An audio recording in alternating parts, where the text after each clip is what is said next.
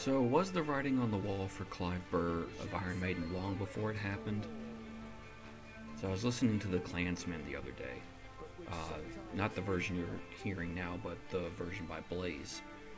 And I got to wondering about band members that get fired or let go from bands, from by other members of the bands. Uh, for at times, it seems mostly to be bogus reasons, and that brought me to think about Clive Burr. Maiden members have stated that reasons for firing were excessive partying and drinking, and also that his playing was becoming subpar for the group. While while that can be true, I'm wondering if the band wanted him to leave after the Killers album and not halfway through the US leg tour for the Number of the Beast that was about a year and a half later. In addition to the reasons stated, it said that Clive's father died supposedly, and I put that in quotations, during the American leg of the tour, and he flew home for the services and to be with his family. Now, stay with me on this. After doing some searching around and looking back on this, I probably should have done some more before I probably even found out that really there was no death records indicating that his father passed away, and coming to really find out that he was told to go home for his drinking and enroll in a treatment program. When he returned to join the group about a month later, he was informed that he had been officially replaced by Nico. Now, Nico was a drummer from another band, and Clive and him were really close.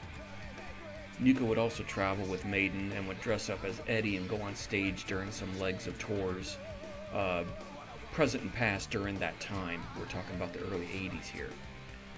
So when Clive went back to the UK, magically, Nico was there to fill in.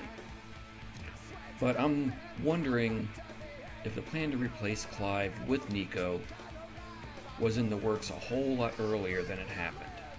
And this is all my opinion.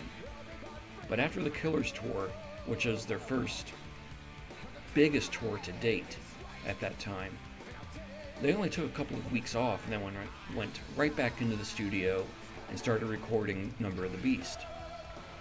To me, the drummer of a band is the person in that band, or in a band, that needs a break the most besides a singer. And especially when it's Iron Maiden songs, because of the rhythm and the intensity that needs to be kept up through their repertoire. Going right back into the studio after touring after just a couple of weeks, and then head out on tour after the record is cut and tour for 6 months, takes a big toll on the body, both emotionally and physically. So it wouldn't surprise me if Clive's drumming on that tour was a little bit off. But I listened to some YouTube concert recordings and he sounded on point to me. And I do know that Nico and other members got along really, really well off stage also. So I'm wondering if Nico was approached by Steve Harris and other members, probably talked about taking over for Clive, and the drinking abuse was part of it, made up, and the father dying. As for the papers that they kept Clive, I mean, what I'm talking about is, so was his drinking made up, and was his father dying made up, and they kept him on the payroll, and gave him a certain percentage of all the concert monies and record sales through the extended future, just to keep those stories alive and him keeping his mouth shut. I know I'm probably way off in left field on this, but I wonder what you all think of the separation between Clive and Maiden.